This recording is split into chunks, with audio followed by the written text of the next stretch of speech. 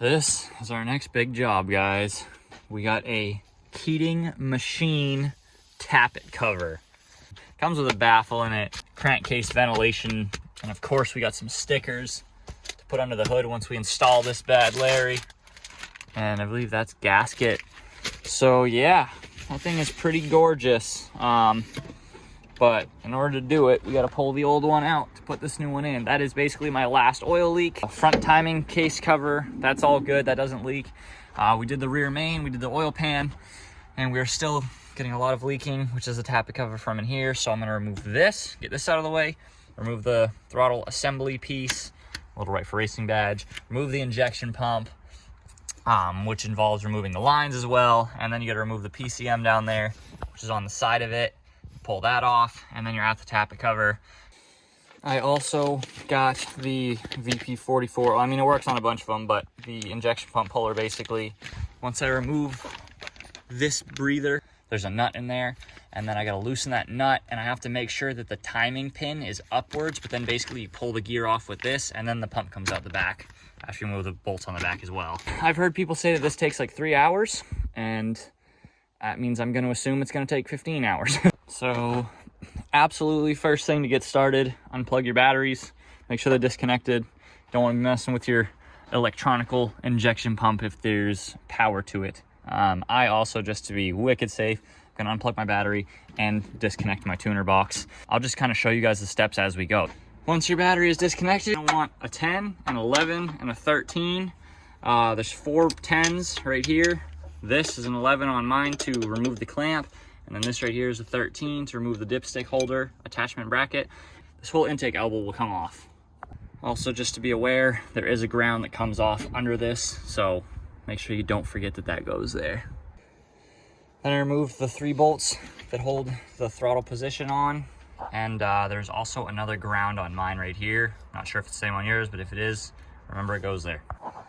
There is a plug that goes to your throttle position sensor, or apps, some people call it. Just unplug that and you'll have a little more wiggle room on where you can put this.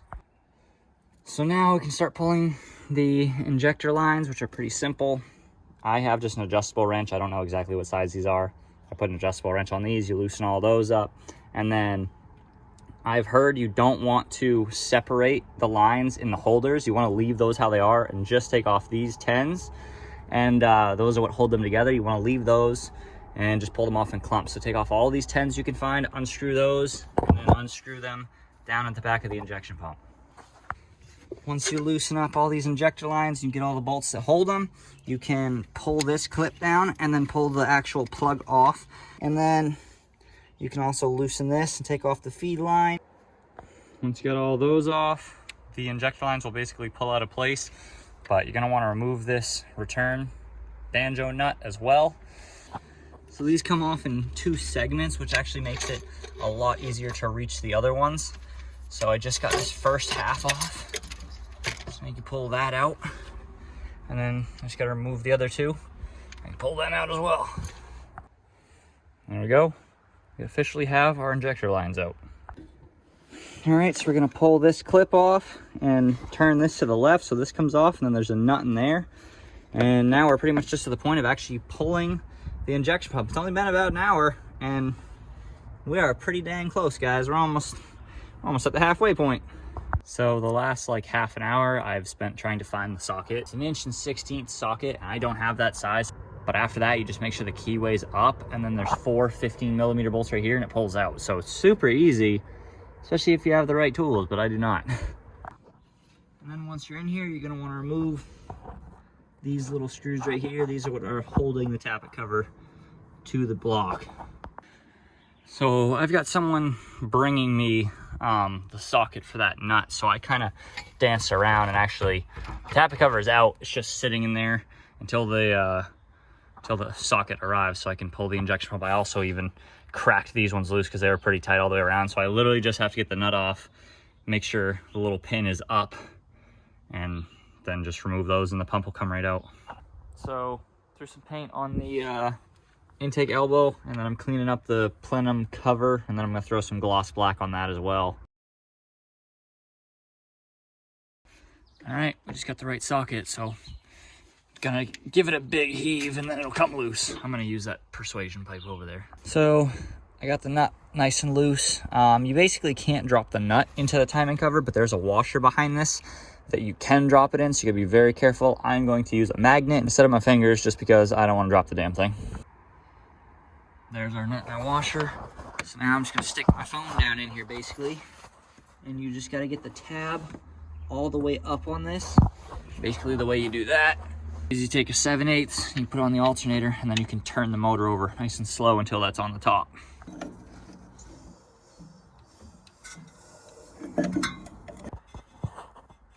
Now we get to use that special little tool that we had earlier to pull the gear off. Those two little holes next to that, basically we screw these little bolts in and then we just tighten them evenly and it will pop the gear off. There we go, got it on there. And now you basically just want to keep snugging up each side. Just keep tightening it and you'll hear the gear actually pop off, and then you just leave it. Finish doing the 4 nuts on the back and then the whole pump comes off. There's also 2 13mm down here at the bottom. Just drop that one. Those also hold it on though. I didn't know those were there and I was trying to fight it off and it wasn't moving. Don't forget those two. There's the 44. All out and sassy. Now we got direct access to our tappet cover. And there we go, everyone. Now you can just pull your tappet cover right out. There's our old piece of junk. Look at that, dude. There's not even oil on that side because it just comes out so hard over there. You can see all your push rods. And our old junk tappet cover. So now I'm gonna clean the hell out of this area and get the new one ready to go on. So I have some slight assembly to do with this piece. Basically it comes with this has got a built-in baffle here. I add this little piece so I can screw in a 90-degree angle, which actually didn't come with it, I guess. I thought that it did, so I'm gonna have to figure out what size that is and just pick up something from the hardware store. But there's an O-ring on that. I'm gonna use some Loctite for the bolts on it because I really don't want them to back off. But basically, just screw those in there, tighten this down, and then we've got another crankcase ventilation tube. I'm gonna link that to the catch can as well. And you got some crush washers and the other bolts to hold the entire thing in. Got the cover on that side, and then I just put the O-ring in. They give you a little bit extra so you don't run out, and you just fit it in that crack nice and tight and push it down so it's all sat in place, and then line it right up to the end and cut it as close as you possibly can. And that's pretty much it. And you throw it on the truck. Make sure you clean the surface on the truck. Make sure it's all nice and dry and clean, and tighten it down. All right, the whole new one is in. Put the ECM back on. So now I gotta throw the VP back in there and put the gear back on, and then the nut, tighten everything up. VP 44 is back in. It's time to throw the injector lines on. Got the lines on. I put the fuel delivery line on. I just gotta tighten it up. I gotta do the return line right here. All right, I just vacuumed in there real quick just to get out any dirt that fell. Got the intake elbow on. Everything looks good to go. Now I pretty much just gotta reconnect my tuner and hook the batteries up and then try to bleed the system and see if it'll start. All right, here it goes. I'm going to try and crank it over until fuel comes out of these.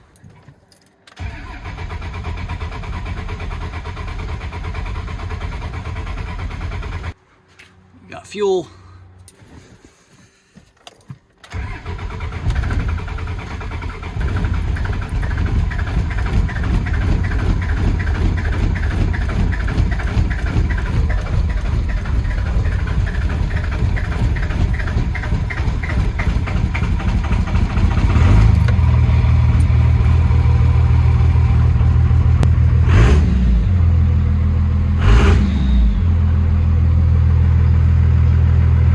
Been interesting trying to get something to take the place of the breather tube.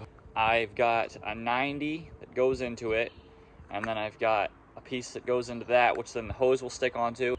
This one's going to connect to the front breather, and then they're both going to go down to the catch can. I really wanted the Y, but all I could find was a T, so it'll have to do. But basically I can't run the truck until I put the stuff on anyways, otherwise it just leaks oil out the hole. So this was necessary. It's the next day. Gonna get this all in and on, and then we should be good. We got our 90-degree angle into a fitting that goes into a hose and runs somewhat upward against the side of the block, and it comes into a T right there, goes down to that. I'm gonna push this bottom one in still a little bit, but they're pretty tight, so it's taking some serious oomph. But now they both run down into the catch can, so hopefully we don't have any more leaks on this thing anymore. I'm gonna wash the crap out of the side of the block to try to get rid of all that old residual oil, but it's basically done. So last thing to do now is add our sticker to the hood.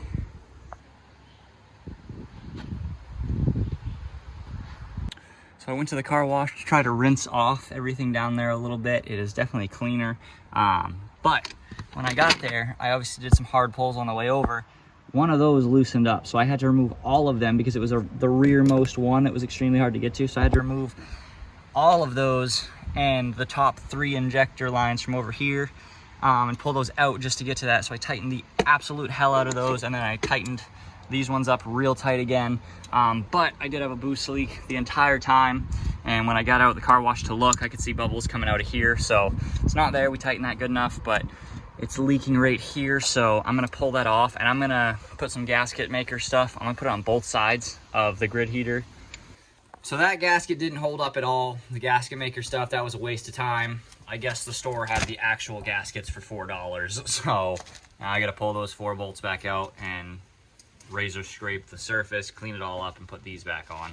I got one for the top and the bottom of the grid heater. So I just took off the fitting and then dried it off, cleaned everything down there, made sure everything was dry, and then put a bunch more of that Teflon tape on. And then I also put some extremely fast black rubber sealant, like gasket maker stuff, on top of the Teflon tape. So it is in there drying at the very moment.